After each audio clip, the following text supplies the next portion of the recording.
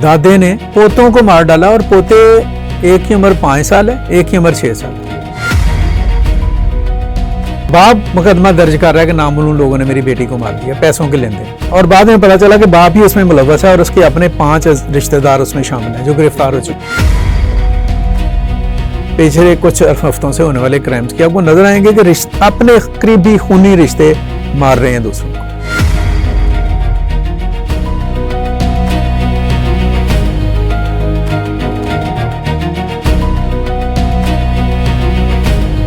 अस्सलाम वालेकुम नाज़रीन, प्रोग्राम क्राइम एंड क्रिमिनल्स के साथ मैं हूं मोहम्मद शरवैन। मेरे साथ मौजूद हैं सीनियर सहाफ़ी ग्रुप एडिटर मशरक अशरफ सैयद साहब। कल फैसलाबाद के इलाके मामू कांजन में एक सगे दादे ने अपने कमसन 2 पोतों को टोके के वार करके कत्ल कर दिया। बस यही नहीं बल्कि रावलपिंडी में एक टिकटॉकर आयशा गुलमाना और शमसो बीबी को उनके सगे वालिद, भाई, चचाजाद भाई और बाकी रिश्तेदारों ने गैरत के नाम पर कत्ल कर दिया। और इसी तरह हिना जावेद की लाश जो है वो भी रावलपिंडी में एक अपार्टमेंट से मिली।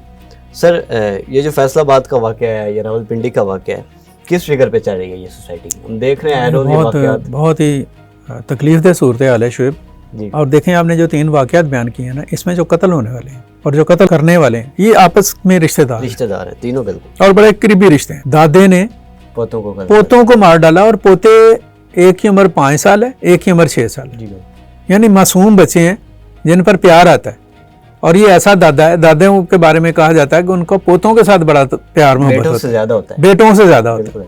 और इसने, इस सफाक और शकील कलब शख्स ने गुस्से में आकर या किसी रंजिश पर उनको मारा, और दरमियान में इसकी अपनी बीवी आई और उन बच्चों की माँ आई, उन्हें भी जख्मी कर दिया। जी बिल्कुल। कहते फिर मोहल्ले वालों ने पकड़ के इसकी, वो कहते हैं अच्छी, उन्होंने तबीयत भी साफ की और जूते मारे और पुलिस के हवाले कर दिया। अब मामला चलते रहेंगे। अब अगली तरफ आ जाए, अब रावलपिंडी में वो जो शमसो बीबी आयशा गुलमनई जी, उनको कत्ल किया गया 14 अगस्त वाले दिन जी, टैक्सला में। बिल्कुल ऐसे। और जब पता चला कि अच्छा देखें हो क्या रहा है कि बाप मुकदमा दर्ज कर रहा है कि नामालूम लोगों ने मेरी बेटी को मार दिया पैसों के लेन देन पर, और बाद में पता चला कि बाप ही उसमें मुलव्वस है और उसके अपने 5 रिश्तेदार उसमें शामिल हैं जो गिरफ्तार हो चुके। जिरगा की बात भी है, कोई पता चल रहा है कि जिरगा ने फैसला दिया था कि इसको मार दो, वो गैरत के नाम पे कत्ल कर दिया गया उसको। और वो टिकटॉकर जो वो कई सालों से टिकटॉक पर एक्टिव, काफी फॉलोअर्स हैं। वो अचानक ही गैरत जाग पड़ी।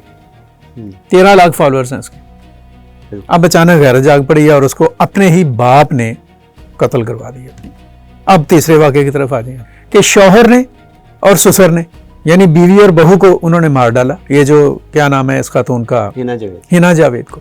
और ये जो आज पोस्टमार्टम रिपोर्ट आई है उसकी, इतनी वो हीनियस पोस्टमार्टम रिपोर्ट है, पढ़ के दुख होता है कि वो कहते हैं कि उसका दिल जो है, उसकी जो झिल्ली थी बाहर वाली, वो खून से भरी हुई थी। यानी उसको इतना तशद्दुद किया गया।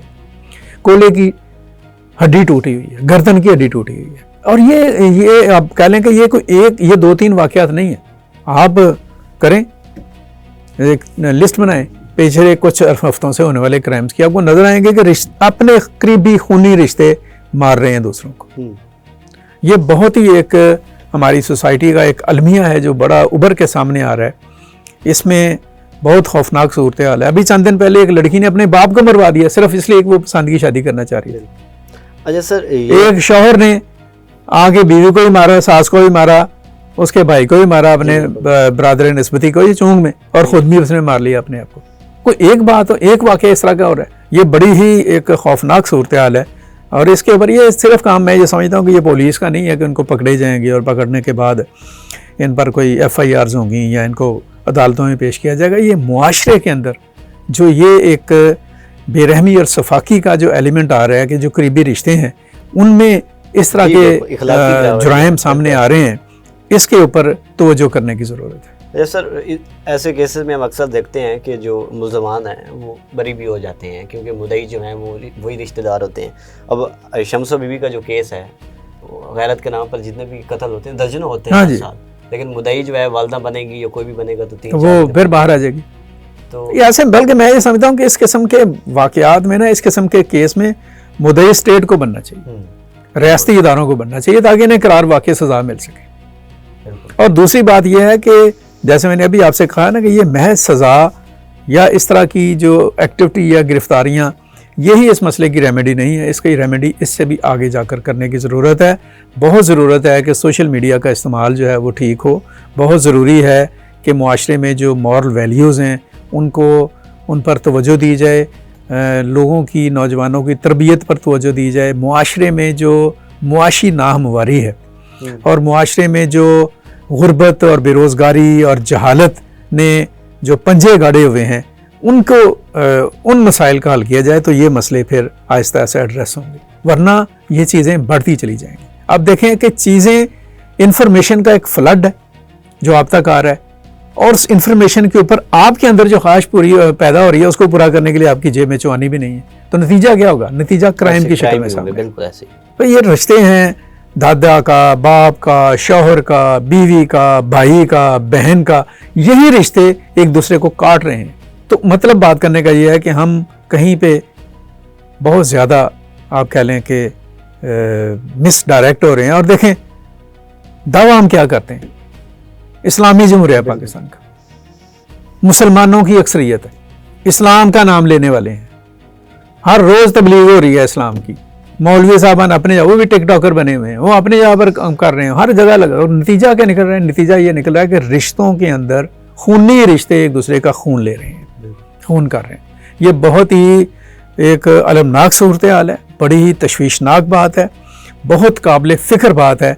और इसके ऊपर महज, मैं बार बार ये बात कहूँगा कि महज पुलिस या दीगर जो कानून नाफिज करने वाले इदारे हैं या अदालतें, ये सिर्फ जिम्मेदारी उन तक महदूद नहीं है, बल्कि ये पूरे मुआशरे की कलेक्टिव आप कह लें कि रिस्पॉन्सिबिलिटी है, इज्तिमाई जिम्मेदारी है मुआशरे के हर फर्द की कि इस बिगाड़ को कैसे ठीक करना है, उसमें अपना किरदार अदा करें। हम सब की जिम्मेदारी है, सोसाइटी की भी है, लेकिन रियासत को सिर्फ मुज़म्मती बयान या गिरफ्तारी, इससे आगे भी जाना चाहिए। बिल्कुल, मैं बात यही तो कर रहा हूँ कि एक तो जज़ा और सज़ा का निज़ाम पूरा ट्रांसपेरेंट हो।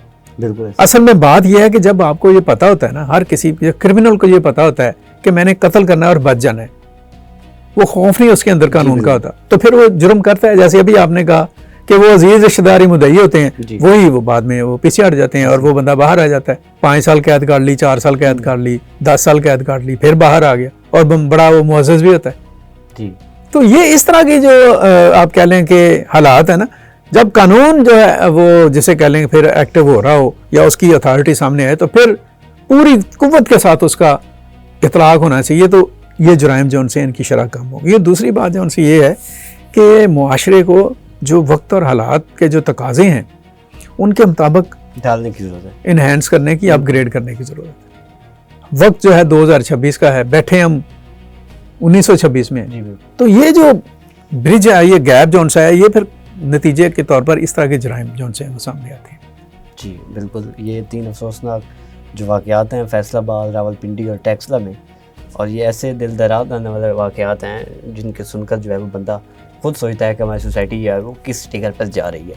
कानून नाफिज करने वाले इदारों की भी जो है वो इसमें ज़िम्मेदारी बनती है, लेकिन हम सब की ज़िम्मेदारी बनती है और इसमें लिटरेट होने की भी ज़रूरत है और सोसाइटी की भी ज़िम्मेदारी है कि ऐसे वाक़यात जो हैं वो खूनी रिश्तों के दरमियान जो कत्ल है उसको कैसे किस हद तक कम किया जाए।